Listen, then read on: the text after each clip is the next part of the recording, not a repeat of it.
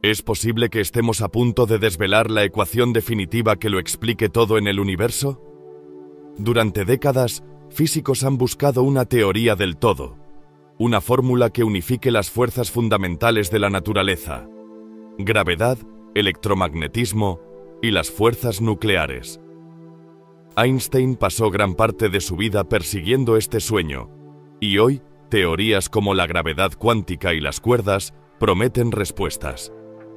Pero, ¿realmente hemos encontrado la clave para desentrañar todos los misterios del cosmos, o es solo una ilusión?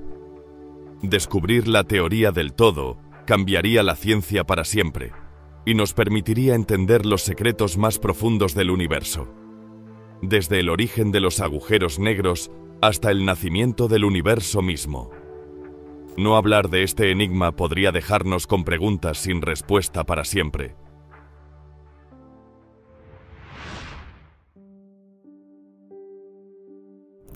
Wolfgang Pauli fue uno de los físicos más brillantes de su tiempo, pero también era despiadado en sus críticas. Feliz de usar su considerable ingenio para destrozar ideas o teorías que consideraba deficientes, solía firmar sus cartas con el título Die Geisel Gottes, alemán para El azote de Dios. Pero quizás lo más famoso es que una vez respondió solemnemente al artículo serio de un joven físico con un simple pero brutal epíteto: que el trabajo en cuestión ni siquiera está equivocado. Aunque no todas las ideas tienen un Pauli que las destruya, la mayoría de las teorías científicas terminan muertas y olvidadas.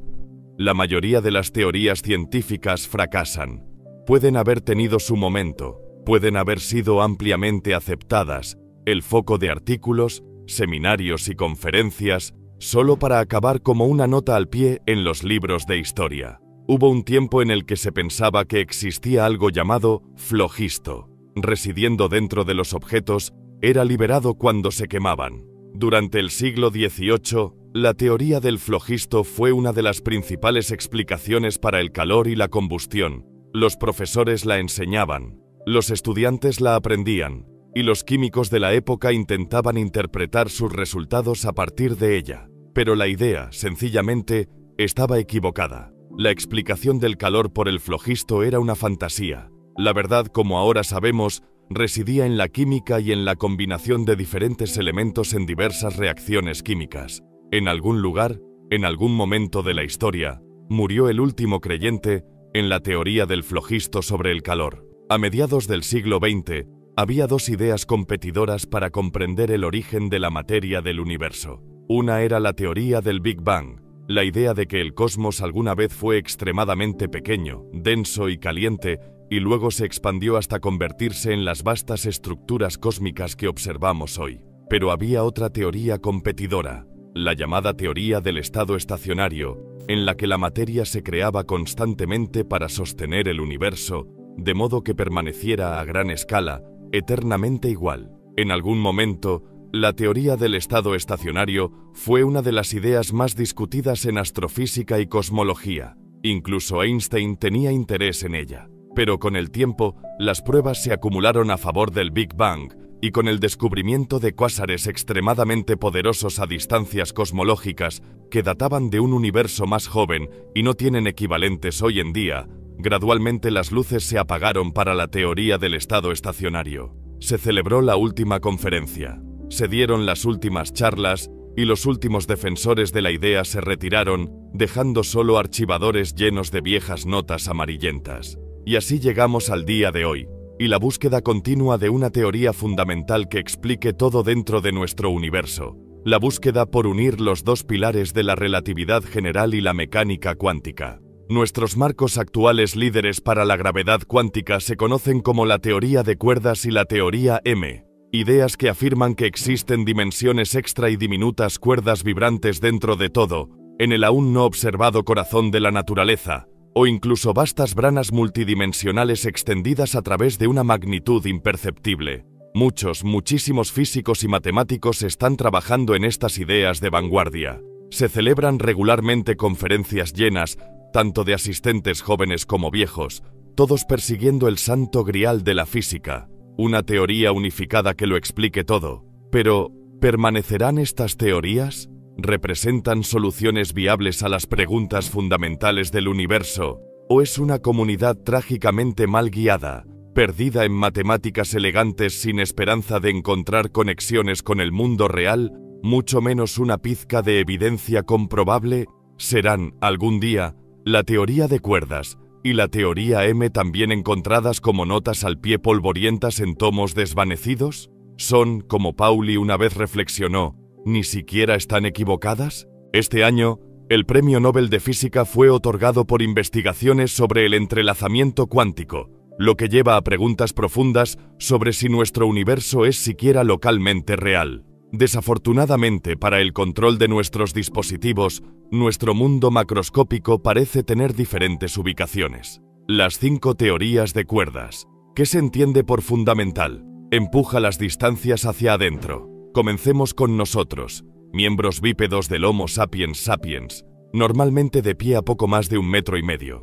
Enfoquemos nuestra vista cada vez más estrecha, primero a la escala de los insectos, pequeños objetos rastreros de 1 centímetro de ancho, un factor de 100. Luego, bajemos al tamaño de las células, las centrales de la energía humana, lo que nos lleva a bajar por otro factor de 10.000, alcanzando los micrómetros. Vamos de nuevo. Otra reducción por un factor de 1000 nos lleva primero a las moléculas, y luego a los átomos y los enlaces mecánico-cuánticos de los electrones en los orbitales que mantienen unidos los átomos para formar los bloques de construcción de la vida. Estamos ahora a distancias ligeramente menores de 1.000.000.000ª parte de 1 metro, donde gobierna la mecánica cuántica. Si miráramos a nuestro alrededor, en un pequeño cubo de 1.000.000.000ª parte de 1 metro de ancho, el número de esos cubos que cabrían dentro de nuestro cuerpo es mayor que el número de estrellas en el universo.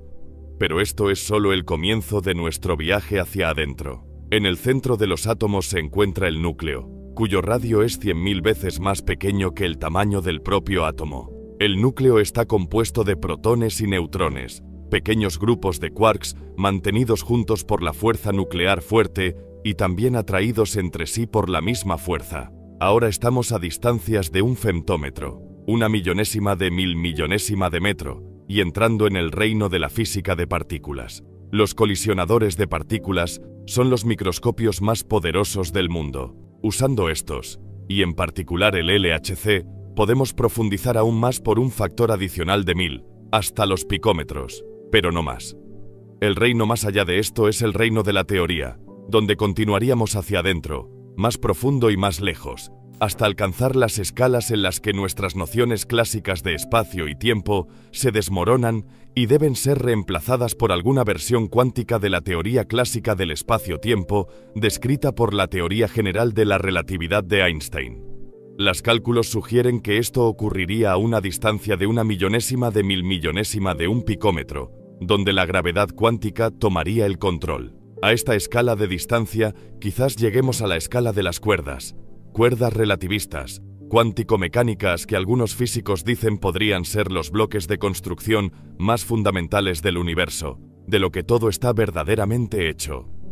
Y aún así, sorprendentemente, esta idea, la teoría de cuerdas, no comenzó como una teoría fundamental de la naturaleza. Para regresar en la escala de distancias, a escalas de alrededor de 1 femtómetro, solo 1/1000.000 de 1.000.000.000ª de 1 metro. Estamos en el reino de la fuerza fuerte. La fuerza fuerte, que, en un momento, muchas personas creían que en realidad era una fuerza de cuerdas. La teoría de cuerdas comenzó su vida en el verano de 1968 como una posible teoría de la fuerza nuclear fuerte, una candidata para explicar las fuerzas e interacciones que mantienen juntos a los protones y neutrones. El primer artículo sobre la teoría de cuerdas llegó a Berkeley en el verano de 1968. Todos dejaron lo que estaban haciendo y se preguntaban si esta idea podría extenderse. Sin embargo, no resultó ser un éxito. En esta versión de la teoría de cuerdas sobre la fuerza fuerte, la estructura interna de los protones y neutrones involucraba cuerdas, no partículas. Esto hacía una predicción clara. Cuando se lanzaran entre sí a alta energía, estas partículas se deslizarían entre sí como bolas de gelatina y no rebotarían como bolas de billar rígidas. Así que, a principios de los años 70, se realizaron estos experimentos, y las mediciones cuidadosas revelaron que el número de estos eventos de dispersión dura era mucho mayor de lo que predecía la teoría de cuerdas de la fuerza nuclear fuerte. Como teoría de la fuerza nuclear fuerte, la teoría de cuerdas murió en 1973 para ser reemplazada por la teoría correcta de la cromodinámica cuántica. Pero en la física teórica, a veces la muerte es solo el preludio de la resurrección. Algunos sentían que había algo demasiado ordenado en los cálculos de la teoría de cuerdas, características hermosas que no tenían una razón obvia para estar presentes, y sin embargo, lo estaban. Y así, a lo largo de los años 70, algunos físicos, notablemente John Schwartz de Caltech y Michael Green de Queen Mary, en Londres, continuaron desarrollando la teoría de cuerdas, no como una teoría cuántica de la fuerza nuclear fuerte, sino como una posible teoría cuántica de la gravedad en sí misma. Muchas veces, parecía que la teoría estaba al borde del fracaso, de ser descartada simplemente como inconsistente con las leyes de la mecánica cuántica. Solo parecía funcionar donde había precisamente 9 dimensiones de espacio, ni más ni menos. Durante la década de los 80, la teoría de cuerdas se estableció como la candidata principal para una teoría cuántica que incluiría la gravedad. Una teoría donde podrías poner tanto la gravedad como las fuerzas como el electromagnetismo juntas en armonía por primera vez. Quizás, algunos se atrevieron a soñar en sueños orgullosos y tontos. Todos los aspectos de la física de partículas serían señalados de manera única.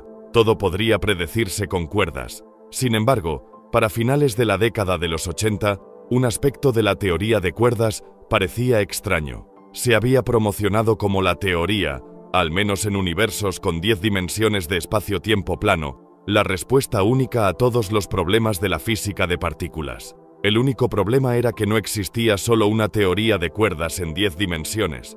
Había 5 de ellas: la teoría de cuerdas de tipo 2A, la teoría de cuerdas de tipo 2B, 2 teorías de tipo 1, y finalmente, algo llamado teoría de cuerdas heterótica. Las teorías tenían diferencias leves. Tanto las teorías de tipo 2 como la heterótica eran lo que se llama teorías de cuerdas cerradas. Todas las cuerdas involucradas eran lazos cerrados que volvían sobre sí mismos, como bandas elásticas. No tenían extremos. Entre ellas, la dinámica interna de estas 3 teorías también difería ligeramente. Las cuerdas en cada caso se comportaban de manera diferente.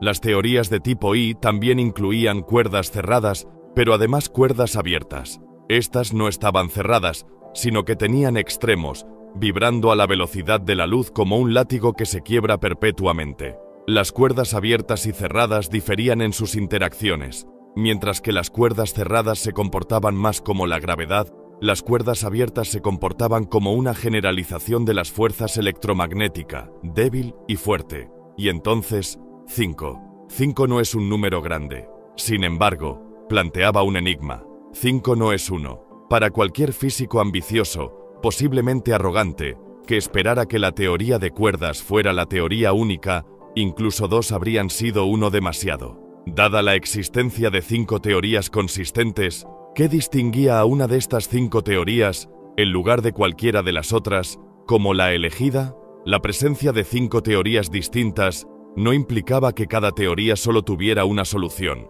De la misma manera que nuestra teoría ordinaria de la gravedad contiene como solución tanto una roca solitaria volando por el espacio, como las complejidades completas de nuestro sistema solar, con satélites orbitando lunas, orbitando planetas, orbitando el Sol. Cada una de estas 5 teorías de cuerdas admitía muchas soluciones diferentes para sus ecuaciones. Puede que solo haya habido 5 posibles conjuntos de ecuaciones fundamentales, pero el número de soluciones era efectivamente ilimitado. Sin embargo, en términos de las ecuaciones fundamentales, parecían haber 5 opciones, y 5 no es lo mismo que 1. Una teoría para gobernarlas a todas, M-Theory. En una antigua parábola india, un elefante deambula por un pueblo, donde un grupo de hombres ciegos están sentados. Los ciegos pueden oír a la bestia y deciden que necesitan tocarla para tener una idea de qué es. Uno pone su mano en la trompa, la rodea y la palpa. Lo sé, Drenia. El ser es un tipo de serpiente. Otro hombre toca una de las patas del elefante y siente cuán grandes y fuertes son. No, dice, Esto es un tipo de tronco de árbol que camina. Un tercer hombre encuentra su mano en el colmillo. Duro, largo y afilado. Ustedes están equivocados, dice. Esto es una máquina de guerra móvil. Cada uno podía sentir una parte del animal, pero ninguno de ellos podía ver al mega animal coherente que es el elefante. Vista desde hoy, los físicos de los años 80 estudiando 5 teorías de cuerdas son como los habitantes ciegos del pueblo tocando al elefante. Y eso se debe a que hoy pensamos en cada una de estas 5 teorías como límites diferentes, límites distintos de un solo objeto subyacente, uno más profundo y más misterioso. No un elefante, sino la teoría M. Y si la M significa misterio, magia o algo más, se ha dejado abierto a la interpretación. Por supuesto, la idea de que las 5 teorías de cuerdas, similares pero diferentes, eran en realidad aspectos de un solo todo, habría parecido extraña y sorprendente. Eso es, hasta que Edward Witten habló en la conferencia de cuerdas de 1995. Edward Witten es el físico que casi no fue, ampliamente considerado como el físico matemático más destacado de su generación. Su título de pregrado era en Historia. Después de asistir brevemente en la campaña presidencial de McGovern en 1968, decidió que su principal interés estaba en las ciencias. Todavía inseguro de si sería capaz de ponerse al día, inicialmente solicitó estudios de posgrado en economía. Afortunadamente, Princeton vio a través del fondo para detectar el talento innato y lo aceptó como estudiante de posgrado en física teórica. La física teórica y las matemáticas puras son 2 temas divididos por un lenguaje común. Aunque ambos usan una notación similar, sus formas de pensar y estándares de rigor son muy diferentes. Para un matemático, los físicos son frustrantemente descuidados, con una incapacidad fundamental para dar definiciones precisas. Para los físicos, los matemáticos están tan obsesionados con el rigor y la prueba de resultados que son obvios, que nunca pueden abordar problemas que realmente importan. El gran don de Witten fue que era fluido en ambos idiomas, y se destacó en un momento en que la interfaz entre la física y las matemáticas había sido ignorada durante mucho tiempo. Reavivó la relación utilizando la teoría cuántica de campos y la teoría de cuerdas para trazar profundas conexiones entre los 2 temas, lo que le valió ser el primer físico en ganar la medalla Fields, el premio más importante en matemáticas. Así que, para 1995, una larga lista de descubrimientos había convertido a Witten en la persona que todos querían escuchar. Cuando los participantes terminaron su café de bienvenida y se acomodaron para la charla de las 9 a.m., el 14 de marzo, en la conferencia de cuerdas de 1995 en la Universidad del Sur de California, en Los Ángeles, algunos de ellos tenían la intuición de que estaban a punto de presenciar algo especial, pero a medida que Witten se levantó y comenzó a hablar, la audiencia pronto se dio cuenta de que estaban escuchando algo verdaderamente monumental, porque estaba describiendo un mapa completamente nuevo de la teoría de cuerdas. No había, según Witten, en realidad 5 teorías fundamentales, sino solo una. Y las 5 teorías de cuerdas, y una teoría no relacionada con cuerdas llamada supergravedad, debían ser vistas como estando en el límite de algo más fundamental, la teoría M. Esta única teoría estaba conectada de manera continua a través de un misterioso interior, de la misma manera que las florecientes ciudades costeras, por ejemplo, Perth, Darwin, Adelaida y Sydney, son todas parte del mismo continente de Australia, lleno de un gran desierto interior. El camino a través del interior puede ser difícil y complicado, pero existe y une estas ciudades costeras entre sí.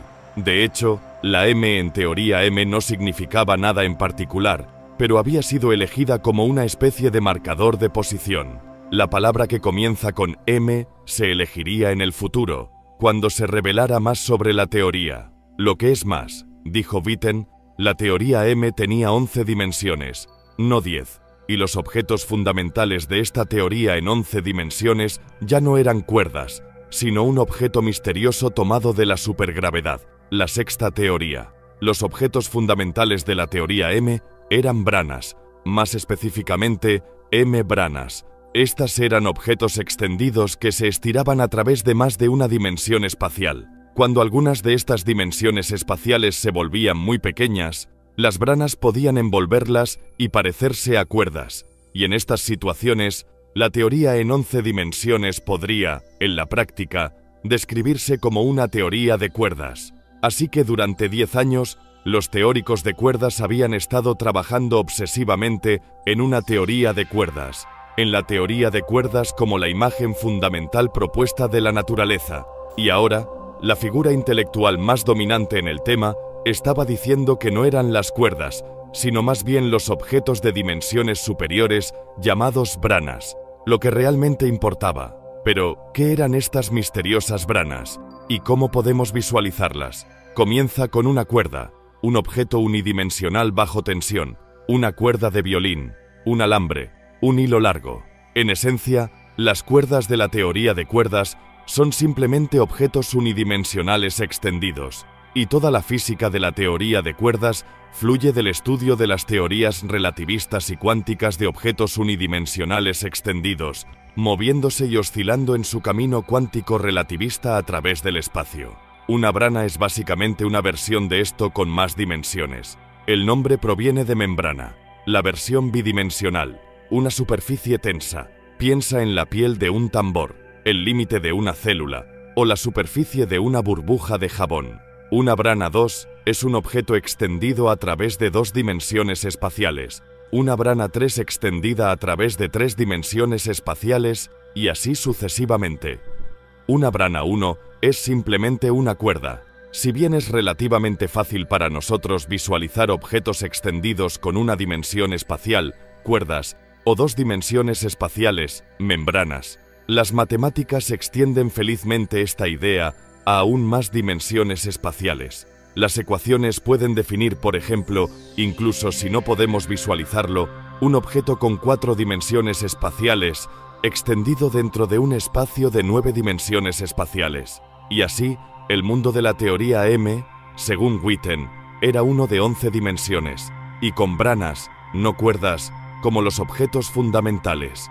Diferentes límites de este mundo de 11 dimensiones, en los que una de las dimensiones se volvía pequeña, producían las 5 teorías de cuerdas en 10 dimensiones con las que la audiencia ya estaba familiarizada. Las teorías de cuerdas que podrían ser las teorías de gravedad cuántica de nuestro mundo. En estas situaciones de energía más baja, las branas de la teoría M, en particular, algo llamado la brana M2, podían convertirse en las cuerdas de las teorías de cuerdas en 10 dimensiones. Pero, ¿qué significa todo esto? ¿Cómo puede una brana convertirse en una cuerda cuando una dimensión se vuelve pequeña? ¿Qué significa, de hecho, que una dimensión se vuelva pequeña? No hay manera de hacer esto completamente intuitivo, pero podemos aproximar nuestra intuición.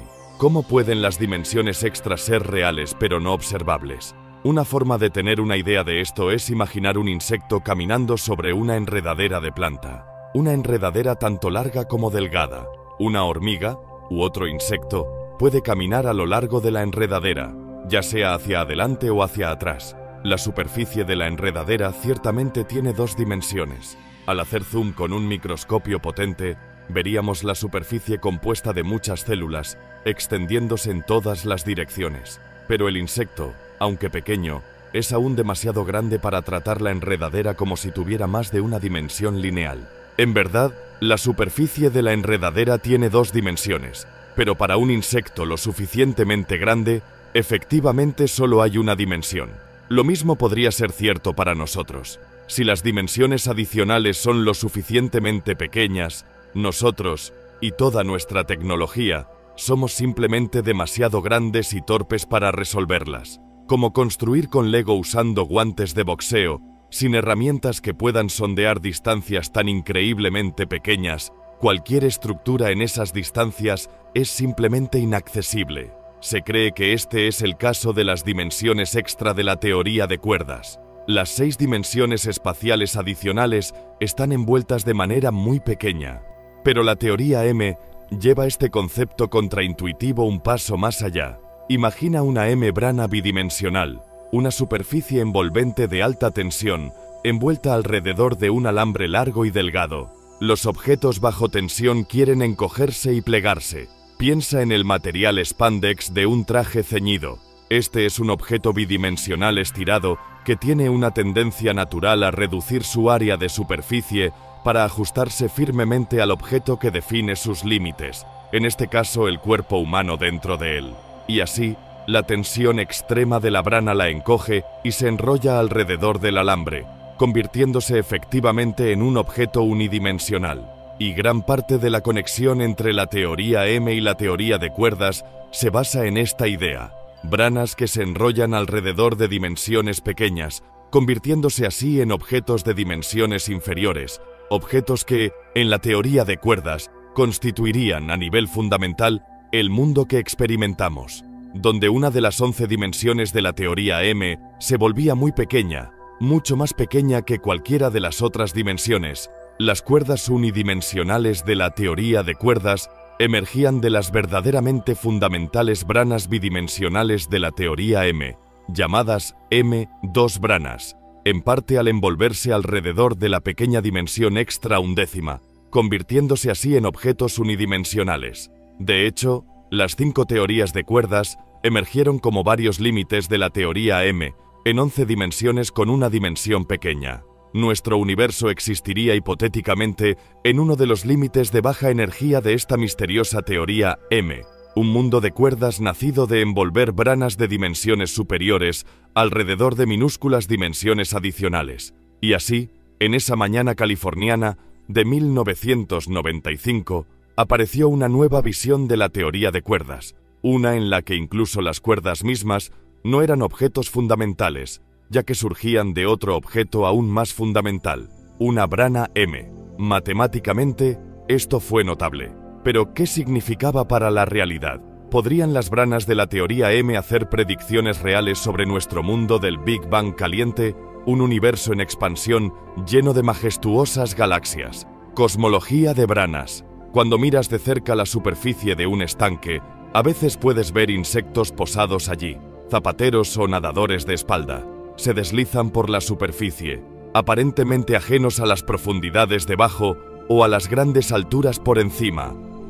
Para estos insectos, parece que la superficie del agua es su hogar y están confinados a ella, separados del gran volumen superior e inferior.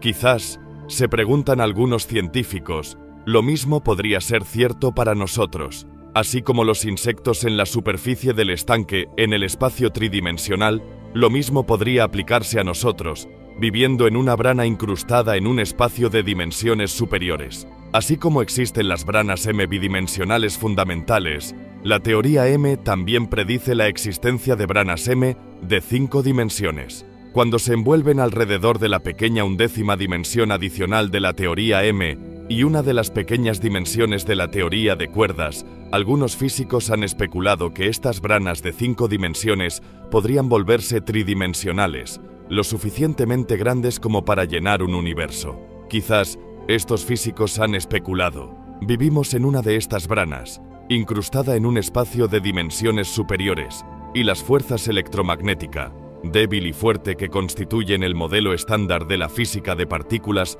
son fluctuaciones que se extienden a lo largo de la brana, confinadas a su superficie. Así como las ondas de tensión están confinadas a la superficie de un estanque, las ondas de tensión en una brana estarían confinadas a la superficie de esta brana tridimensional. Sin embargo, si esto fuera cierto, la única excepción sería la gravedad.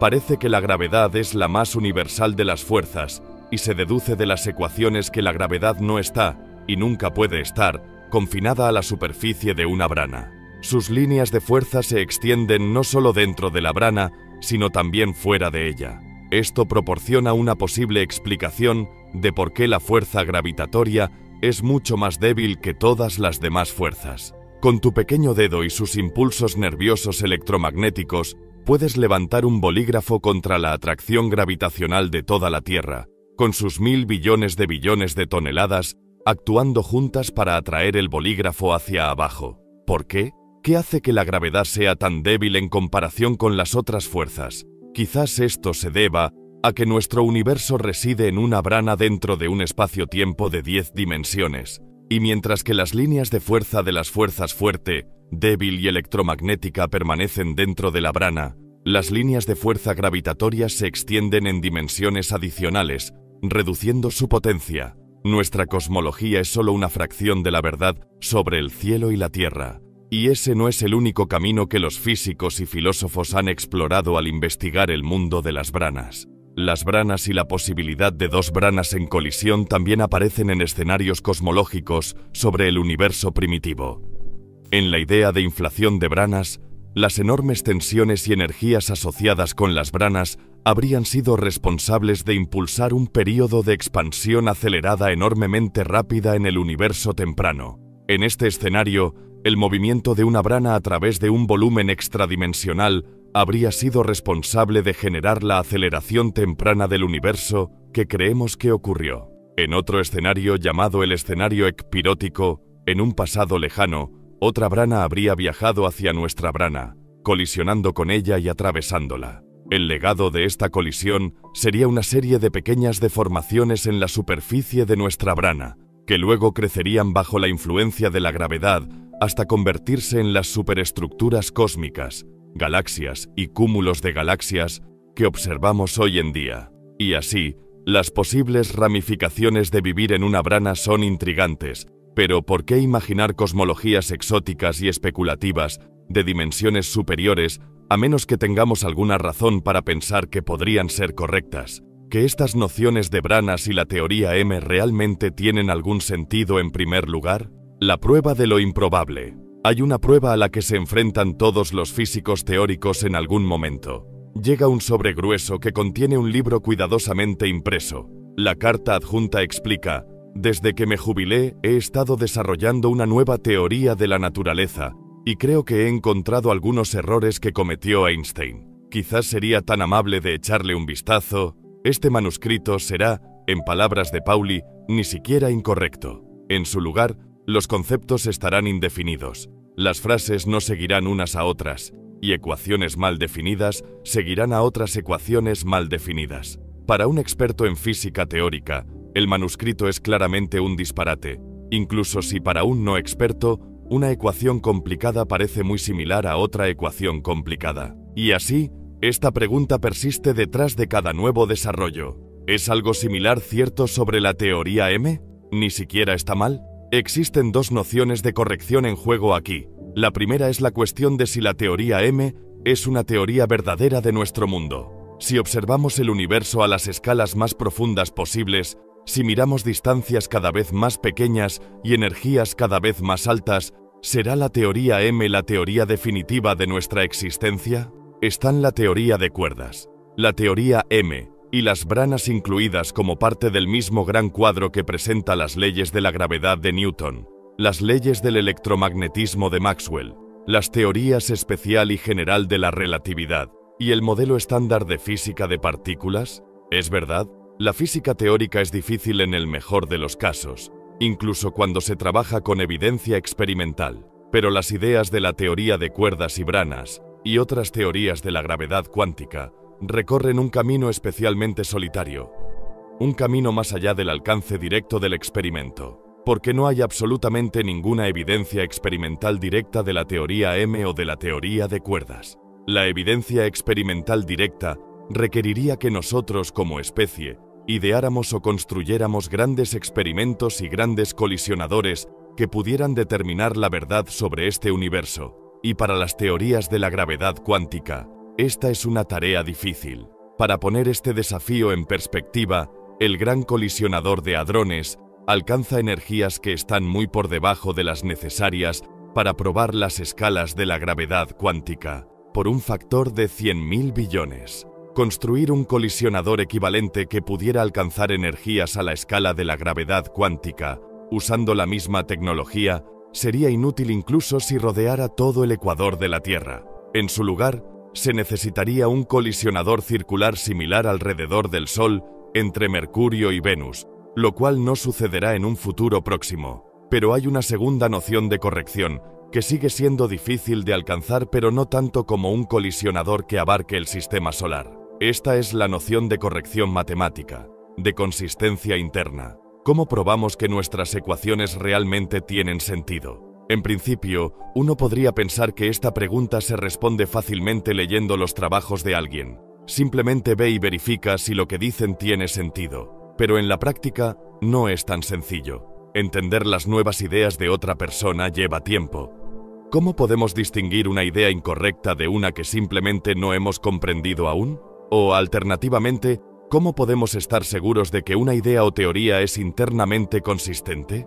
Y entonces, por encima de todo, en ausencia de cualquier dato experimental, o incluso de la posibilidad de obtenerlo, ¿cómo podemos probar si las branas, las dimensiones ocultas y la teoría M son correctas o incorrectas? ¿Representa la teoría M un ejemplo fresco de la brutal crítica de Pauli, una madriguera de conejo ni siquiera incorrecta, un pozo sin fondo de ecuaciones elegantes, o hay otra manera de abordar esto? Probar lo improbable. A corta distancia de la ciudad que nunca duerme, Nueva York, se encuentra la tranquila ciudad universitaria de Princeton, y al borde de este famoso campus se halla el Instituto de Estudios Avanzados, aislado entre los bosques. Los profesores del instituto no necesitan enseñar a los estudiantes de pregrado ni asistir a clases prácticas para mostrar a estudiantes torpes cómo usar un osciloscopio. En su lugar, se les paga para que piensen en ideas profundas. Robert Oppenheimer dirigió el instituto en una ocasión.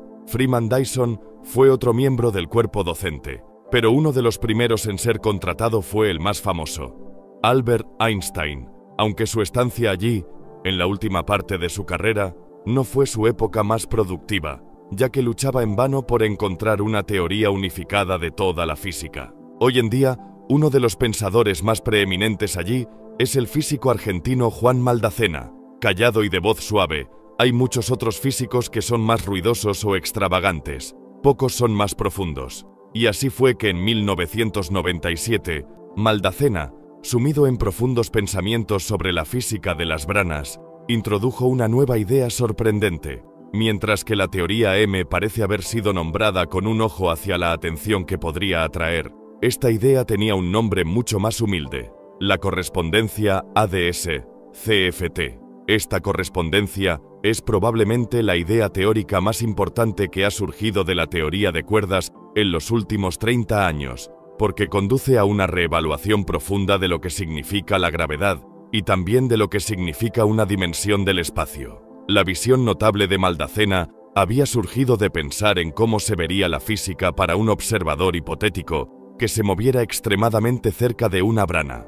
Maldacena argumentó que había dos formas posibles de pensar sobre esto.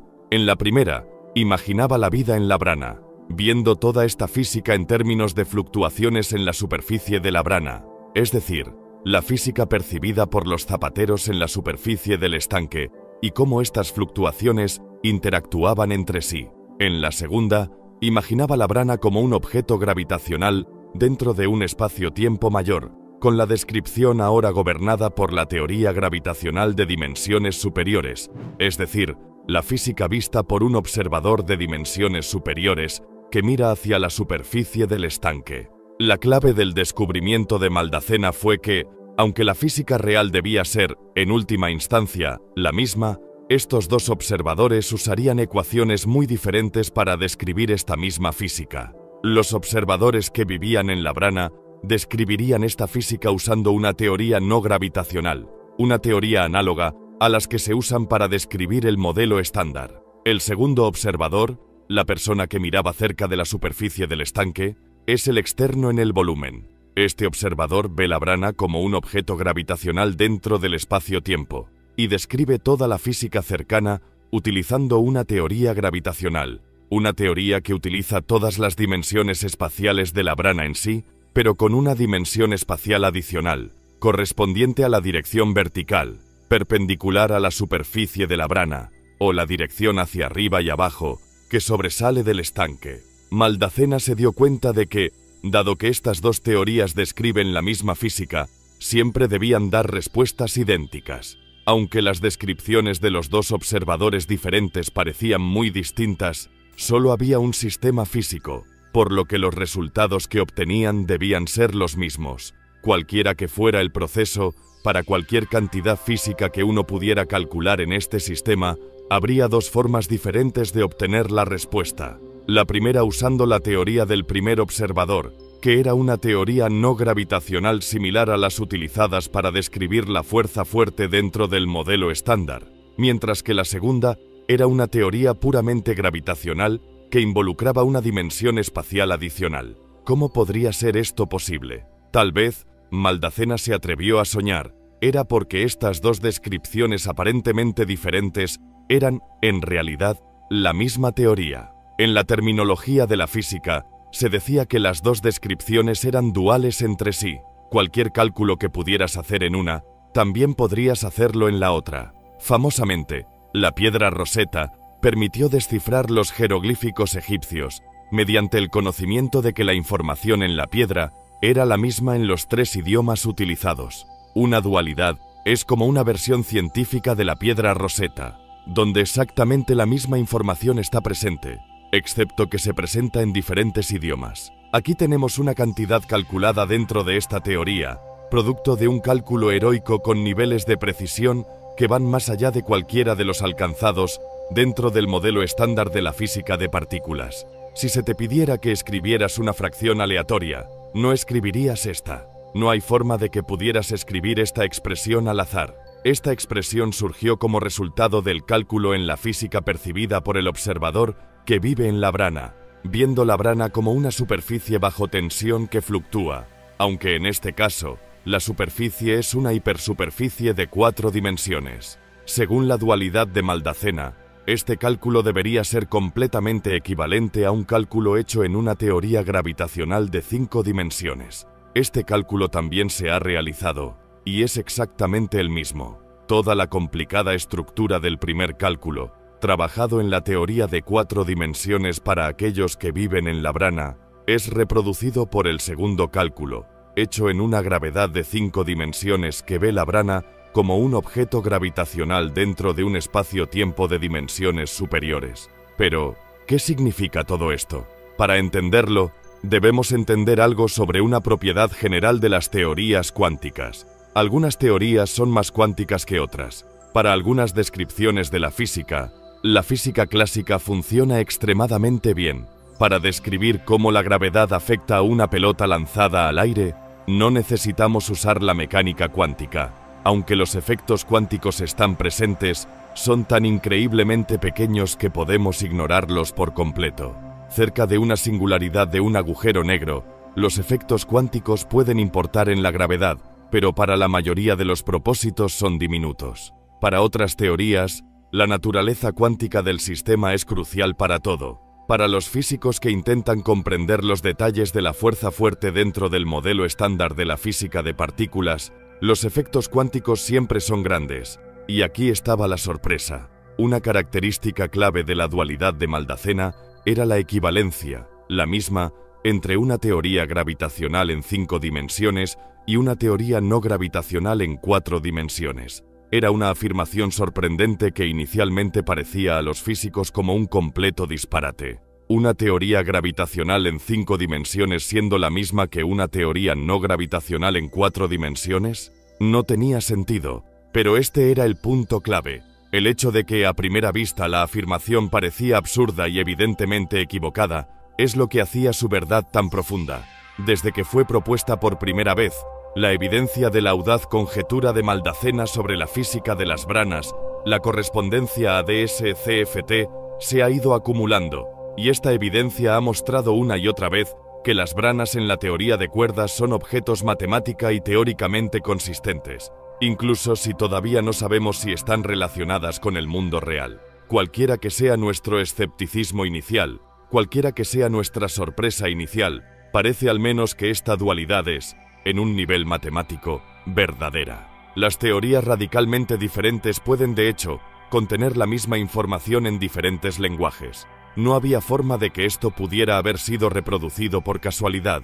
Claramente, manifiestamente, había una estructura más profunda, una estructura coherente más profunda que explicaba estas conexiones matemáticas. Puntos de partida muy diferentes, cálculos muy diferentes, pero, en última instancia, el mismo resultado. Y lo más importante para nuestra comprensión del mundo, esto solo podría suceder si las branas de la teoría de cuerdas fueran objetos reales y consistentes. Por supuesto, si la teoría M es, en última instancia, la teoría consistente de nuestro mundo, aún no lo sabemos. pero sí sabemos lo suficiente como para decir que es una teoría consistente de algo. Ideas profundas se esconden detrás de los símbolos. El espacio, la frontera final, no tanto en el mundo de la física, pero conducirá el impulso por penetrar en las partes más fundamentales de la física a través de átomos, núcleos, partículas subatómicas y el modelo estándar hasta el misterioso reino de la gravedad cuántica, a la tan ansiada frontera final. ¿Son la teoría de cuerdas y la teoría M, tal vez, ese destino? ¿O las explicaciones continúan cascada tras cascada, cada vez más pequeñas y más fundamentales para siempre? Tal vez no. Tal vez el zoom se detenga con cuerdas y branas cuántico-mecánicas diminutas en el corazón de todo. No lo sabemos. Al menos no aún. Lo que sí podemos decir ahora es que las ideas sobre las branas, las dualidades y un mapa de teorías interconectadas en una teoría M global son matemáticamente consistentes. Y solo tal vez esto presagia también su corrección física. Llegados aquí, ¿acaso no has visto este otro documental sobre el espacio? Yo no me lo perdería,